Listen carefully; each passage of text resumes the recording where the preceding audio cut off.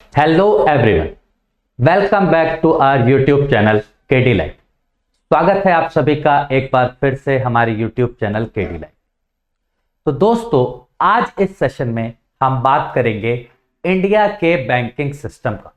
ठीक है, आज के इस सेशन में हम देखेंगे कि भारत में बैंकों की स्थापना किस प्रकार से हुई, बैंक की प्रणाली की शुरुआत भारत में किस प्रकार से हुई, हमारे देश में आज जो सबसे बड़ा पब्लिक सेक्टर बैंक है SBI, state bank of India, उसकी स्थापना कैसे हुई, वो कब अस्तित्व में आया, और रिजर्व बैंक ऑफ इंडिया हमारे भारत का जो केंद्रीय बैंक है भारतीय रिजर्व बैंक, उसकी स्थापना कब हुई और उसके क्या क्या कार्य होते हैं हमारे देश से रिलेटेड।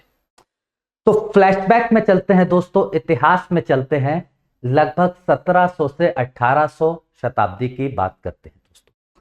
तो 1700 से 1800 के समय में आपको पता हो तो भारत में स्थानीय शासकों का राज होता था और स्थानीय शासकों द्वारा अपनी मुद्राएं, अपने सिक्के, करेंसी वगैरह चलाए जाते थे, जिनके माध्यम से कह लीजिए व्यापार का संचालन किया जाता था, ट्रेडिंग पॉसिबल होती थी।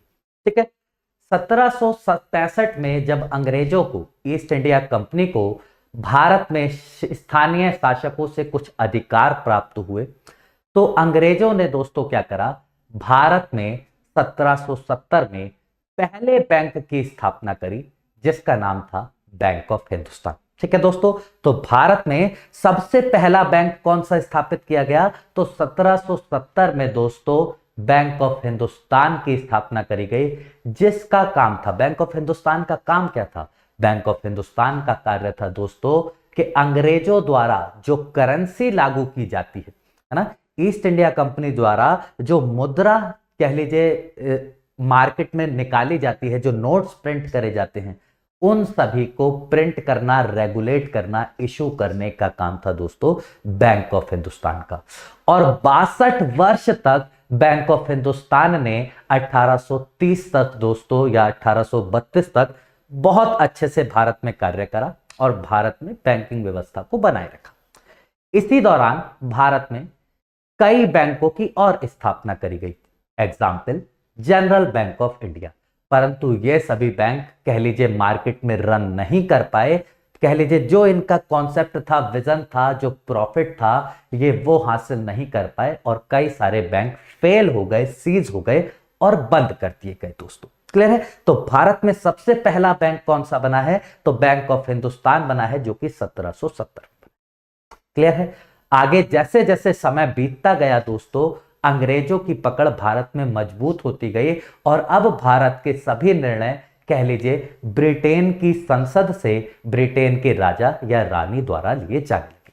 क्लियर है? तो ब्रिटेन की संसद के तहत ही क्या भारत में 3 नए बैंकों का कह लीजिए उद्घाटन किया गया, स्थापना करी गई, है ना। क्या करा है, ईस्ट इंडिया कंपनी ने भारत में 3 बैंक की स्थापना करी है। पहली बैंक कह लीजिए सन 1800 में उसकी स्थापना हुई है, 1806 में ना, 1806 में ईस्ट इंडिया कंपनी क्या करती है, अपनी पहली बैंक का, जो ब्रिटेन से जिसका फंडिंग है कह सकते हो आप, पहली बैंक का, बैंक ऑफ कलकत्ता की स्थापना करती है दोस्तों। कब? 1806 में। 3 वर्ष बाद ही बैंक ऑफ कलकत्ता का नाम बदल दिया जाता है, बैंक ऑफ कलकत्ता का नाम बदलकर बैंक ऑफ बंगाल कर दिया जाता है।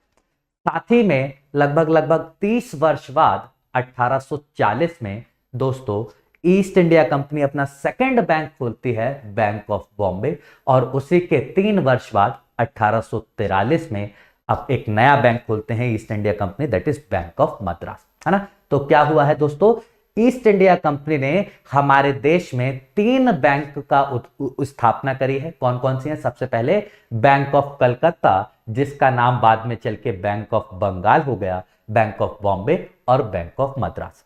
इन तीनों बैंक को कहा जाता था प्रेसिडेंशियल बैंक। क्या कहा जाता था दोस्तों? प्रेसिडेंशियल बैंक्स कहा जाता था। और इन तीनों बैंक्स का कार्य क्या था? इन तीनों बैंक का काम था कि देश के अंदर जितने भी करेंसी है उसको इशू और रेगुलेट करने का काम था। क्लियर है दोस्तों? ये सभी काम ये तीनों बैंक मिलकर अच्छी तरीके से कर रहे थे दोस्तों। क्लियर है? कोई दिक्कत? कोई दिक्कत अभी तक भाई? समझ में आया। तो दोस्तों क्या हुआ है कि भारत के हमने इतिहास को उठा के देखा तो हमने देखा ईस्ट इंडिया कंपनी ने 3 हमारे यहां बैंक तैयार कर। क्या होता है दोस्तों, 1921 में ब्रिटेन की संसद से एक अधिनियम आता है, ब्रिटेन की संसद से एक कह सकते हो आपके कानून आया है, जिसने क्या करा है, इन तीनों प्रेसिडेंशियल बैंक को, bank of Bengal, bank of Madras और बैंक ऑफ बॉम्बे को मर्ज कर दिया है, तीनों को मिला दिया है और तीनों को मिला के एक नया नाम रख दिया है, इंपीरियल बैंक ऑफ इंडिया। ठीक है, तो इंपीरियल बैंक ऑफ इंडिया क्या है, 1921 में दोस्तों क्या करा गया है, 1921 में bank of Bengal, bank of Bombay और बैंक ऑफ मद्रास को मर्ज कर दिया गया है, इन तीनों को मिला दिया गया है और नाम पड़ गया है imperial bank of India. Clear है दोस्तों। 1955 में ही ये इंपीरियल बैंक ऑफ इंडिया का नेशनलाइजेशन कर दिया जाएगा, राष्ट्रीयकरण कर दिया जाएगा और जो हमारा एसबीआई है, स्टेट बैंक ऑफ इंडिया है दोस्तों, वो क्या था, वो पहले इंपीरियल बैंक ऑफ इंडिया था, जो कि 1921 में 3 बैंकों को मर्ज करके बना था दोस्तों। क्लियर है। तो ये थी हमारी एसबीआई की कहानी, स्टेट बैंक ऑफ इंडिया की कहानी, कि bank of Bengal, bank of Madras, bank of Bombay को अंग्रेजों ने मर्ज कर दिया 1921 में और इंपीरियल बैंक की स्थापना करी दोस्तों। क्लियर है। हमारे देश के सभी नियम कायदे कानून कह लीजिए किसके द्वारा लिए जा रहे थे, ब्रिटेन की संसद द्वारा लिए जा रहे थे। ब्रिटेन की संसद से हो रहे थे। तो ब्रिटेन की संसद ने क्या करा है दोस्तों, ब्रिटेन की संसद ने एक आयोग की स्थापना करी है। ब्रिटेन की संसद ने क्या करा है, एक आयोग की स्थापना करी है, जिसका नाम है हिल्टन यंग कमीशन, या जिसे कहा जाता है रॉयल कमीशन, है ना। ब्रिटेन की संसद ने क्या करा है, 3-4 लोगों की टीम बना दी है, जिसका नाम रॉयल आयोग रख दिया है, रॉयल कमीशन रखा है। और इस कमीशन का काम था कि वह बताएंगे कि भारत के अंदर करेंसी और फाइनेंस के अंदर क्या इंप्रूवमेंट किए जा सकते हैं, कि भारत के अंदर जो मुद्रा का संचालन है, भारत के अंदर जो वित्तीय परिस्थिति है, उनको कैसे सुधारा जाए। इसके लिए ब्रिटेन की संसद ने एक आयोग बनाया है दोस्तों 1926 में, और 1926 में हिल्टन आयोग ने अपनी रिपोर्ट दी है और सिफारिश करी है कि भारत में जो अभी तक मुद्रा का संचालन है, वित्तीय परिस्थितियां हैं, वो इंपीरियल बैंक संभालता था। 1921 में जब इंपीरियल बैंक बन गया मर्ज होके, तो सभी कार्य वो इंपीरियल बैंक करता था।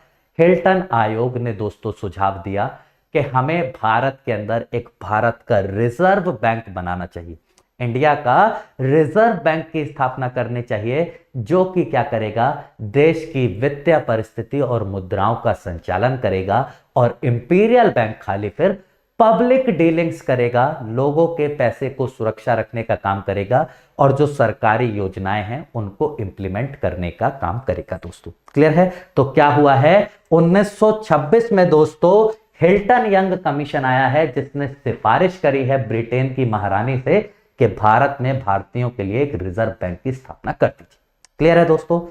ब्रिटेन की संसद आपको पता है, भारत के लिए कुछ भी अच्छे निर्णय लेने होते थे तो बिल्कुल बहुत जल्दी रिएक्शन टाइम नहीं होता था, आराम से अंग्रेज हम लोगों के लिए काम करते थे। क्लियर है। फाइनली जाके क्या हुआ है, लगभग 8 साल बाद 1935 में दोस्तों भारत सरकार अधिनियम आता है, गवर्नमेंट ऑफ इंडिया एक्ट 1935 आता है, जिसके तहत ब्रिटेन की संसद ये कह लीजिए एक लिखित रूप में कानून बनाती है कि भारत के लिए एक रिजर्व बैंक की स्थापना करी जाएगी दोस्तों। और 1 अप्रैल 1935 को क्या हुआ है, भारतीय रिजर्व बैंक की स्थापना करी गई है। इससे पहले, आज से पहले जो इंपीरियल बैंक के कार्य थे कि देश की मुद्रा का संचालन करना, देश में वित्तीय परिस्थितियों को बनाए रखना, ये सभी काम अब कौन करेगा, भारत में भारतीय रिजर्व बैंक करने वाली थी। और इंपीरियल बैंक का कार्य क्या रह जाएगा, तो वह पब्लिक डीलिंग करेगी, लोगों के साथ डीलिंग वगैरह करेगी दोस्तों। क्लियर है। क्लियर है दोस्तों। तो क्या हुआ है, 1935 में 1 अप्रैल 1935 में हमारे आरबीआई की स्थापना हो गई। आरबीआई का मेन कार्य क्या था, है ना, मॉरल ड्यूटी क्या है आरबीआई का, तो आरबीआई का मॉरल ड्यूटी था कि देश के लोगों का बैंकिंग व्यवस्था में, बैंकिंग प्रणाली में विश्वास बनाए रखना, है ना। जो कस्टमर्स हैं, जो ग्राहक हैं, जिन्होंने अपना पैसा बैंकों में रख रखा है, उनके पैसे को सुरक्षा प्रदान करना, सेफगार्ड्स प्रदान करना। साथ ही में जितने भी अन्य बैंक हैं देशों के, जितने भी देशों के अन्य बैंक हैं, उनको कॉस्ट इफेक्टिव सॉल्यूशंस प्रदान करना। ठीक है, उनको क्या करना, कॉस्ट इफेक्टिव सॉल्यूशंस प्रदान करना। ये नैतिक काम था दोस्तों, है ना, ये क्या था, नैतिक काम था। और 1934 में आपको पता है जो हमारा आरबीआई है, जो हमारा रिजर्व बैंक ऑफ इंडिया है, उस किसके कॉन्सेप्ट पर काम करता है ना, उसका जो कॉन्सेप्ट है वो कहां से लिया गया है, तो आपको पता हो तो Baba Saheb Ambedkar, doctor B R Ambedkar Saheb ने एक किताब लिखी थी, द प्रॉब्लम ऑफ रूपी, है ना, द प्रॉब्लम ऑफ रूपी, its origin and it's solution. तो बाबा साहब की उन नीतियों को इस्तेमाल करके, उस किताब में जो बाबा साहब ने नीतियां लिखी हैं, उनको इस्तेमाल करके हमारे आरबीआई का, रिजर्व बैंक ऑफ इंडिया के कॉन्सेप्ट को तैयार करा गया दोस्तों, है ना। और 1935 में जब हमारे देश का रिजर्व बैंक बन के तैयार हुआ, तो सर ओसबॉर्न स्मिथ, है ना, सर ओसबॉर्न स्मिथ जो थे 1935 में भारतीय रिजर्व बैंक के पहले गवर्नर बने। कौन बने, भारतीय रिजर्व बैंक के पहले गवर्नर बने 1935 में। ठीक है, समय बीतता गया दोस्तों, और पहला कोई भारतीय व्यक्ति जिसे रिजर्व बैंक का गवर्नर बनने का सौभाग्य प्राप्त हुआ, तो 1943 में हमारे देश के सीडी देशमुख साहब, है ना, सीडी देशमुख साहब पहले भारतीय व्यक्ति हुए जो रिजर्व बैंक ऑफ इंडिया के गवर्नर बनते हैं दोस्तों। क्लियर है।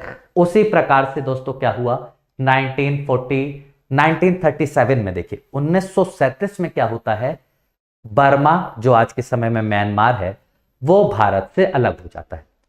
जो म्यांमार है, बर्मा है, उसका भारत से विभाजन हो जाता है। तो 1937 से लेकर 1937 से लेकर 1947 तक, हमारे आजाद होने तक, जो हमारे देश का आरबीआई था, उसने म्यांमार के, बर्मा के आरबीआई की, रिजर्व बैंक ऑफ बर्मा की तरह भी काम करा। इसी प्रकार से 1947 में जब भारत और पाकिस्तान का विभाजन हुआ, ब्रिटिश भारत का विभाजन हुआ, दो नए देश भारत और पाकिस्तान का जन्म हुआ, तो एक वर्ष तक 1947 से 1948 तक रिजर्व बैंक ऑफ इंडिया ने सेंट्रल बैंक ऑफ पाकिस्तान की तरह भी कार्य करा, है ना। क्या करा है, हमारे भारतीय रिजर्व बैंक ने एक साल पाकिस्तान के केंद्रीय बैंक की तरह भी कार्य करा है। और 1949 में जाके दोस्तों क्या हुआ है, रिजर्व बैंक ऑफ इंडिया को नेशनलाइज कर दिया गया है, पूर्ण रूप से रिजर्व बैंक ऑफ इंडिया राष्ट्रीयकरण कर दिया गया है इसका। और अब जो इसके मुख्य कार्य हैं, अब जो आरबीआई के मुख्य कार्य हैं दोस्तों, वो क्या है, हमारे देश में करेंसी को रेगुलेट और इशू करना, हमारे देश की मॉनेटरी पॉलिसीज को बनाना और उन्हें इंप्लीमेंट करना, हमारे देश में इन्फ्लेशन को, महंगाई को कंट्रोल करना, हमारे देश के फॉरेक्स रिजर्व को मेंटेन करना, साथ ही में जो रुपये का प्राइस स्टेबिलिटी है, हमारे देश में प्राइस स्टेबिलिटी जो है, या कह लीजिए अंतरराष्ट्रीय स्तर पर जो रुपये की वैल्यू है, उसको मेंटेन करना दोस्तों। क्लियर है। बात करी जाए कि आरबीआई को दोस्तों, आरबीआई को कंट्रोल कौन करता है ना, आरबीआई को कंट्रोल कौन करता है दोस्तों, तो आरबीआई को कंट्रोल करता है, आरबीआई किसके नियंत्रण में रहता है, तो दोस्तों आरबीआई रहता है सेंट्रल बोर्ड ऑफ कंट्रोल के अंडर में। क्या कि आरबीआई पर नियंत्रण करने के लिए एक बोर्ड बना दिया गया है जिसका नाम है सेंट्रल बोर्ड ऑफ कंट्रोल। ठीक है, इसमें कई सारे लोग बैठते हैं। इसका जो चेयरमैन होता है, जो अध्यक्ष होता है सेंट्रल बोर्ड, कह लीजिए सेंट्रल बोर्ड ऑफ कंट्रोल का, वो होते हैं आरबीआई के गवर्नर साहब। कौन होता है, आरबीआई के गवर्नर। साथ ही में कौन होते हैं, तो 4 आरबीआई के डिप्टी गवर्नर इसके सदस्य होते हैं। ठीक है, आरबीआई के 4 जोनल ऑफिसेस हैं, मुंबई, दिल्ली, कोलकाता और चेन्नई। वहां के सभी इन जोन्स के डायरेक्टर्स क्या होते हैं, आरबीआई के कंट्रोल सेंट्रल बोर्ड का हिस्सा होते हैं। साथ ही में जो हमारा वित्त मंत्रालय है, फाइनेंस मिनिस्ट्री है, उसके 2 रिप्रेजेंटेटिव इस बोर्ड का भाग होते हैं। सकते हैं दोस्तों। वर्तमान समय की बात करी जाए तो वर्तमान समय में हमारे देश का जो आरबीआई है उसके गवर्नर कौन है, तो शांति कांता दास जी हैं। पहले गवर्नर कौन थे, तो सर ओसबोर्न स्मिथ थे। पहले भारतीय जो कि रिजर्व बैंक ऑफ इंडिया के गवर्नर बने वो थे सीडी देशमुख जी। क्या कोई ऐसा व्यक्ति भी है दोस्तों, या भारत का कोई ऐसा प्रधानमंत्री भी रहा है जो कभी आरबीआई का गवर्नर हो, तो हाँ जी, 2004 से लेकर 2014 तक डॉक्टर मनमोहन सिंह जी भारत के प्राइम मिनिस्टर थे और भारत के प्रधानमंत्री होने से पहले वह आरबीआई के गवर्नर रह चुके। क्लियर है दोस्तों। तो आज के इस सेशन में हमने जाना कि किस प्रकार से भारत में बैंकों का गठन हुआ, किस प्रकार से बैंकों का नेशनलाइजेशन हुआ, रिजर्व बैंक कब स्थापना में आया, एसबीआई क्या था, है ना दोस्तों। तो आई होप आज का सेशन भी आप लोगों के लिए यूजफुल रहा होगा, सेशन आपको पसंद आया होगा। यदि सेशन अच्छा लगे दोस्तों तो एक छोटा सा लाइक और शेयर करते जाइएगा। थैंक यू सो मच, बहुत बहुत शुक्रिया आप सभी का, धन्यवाद।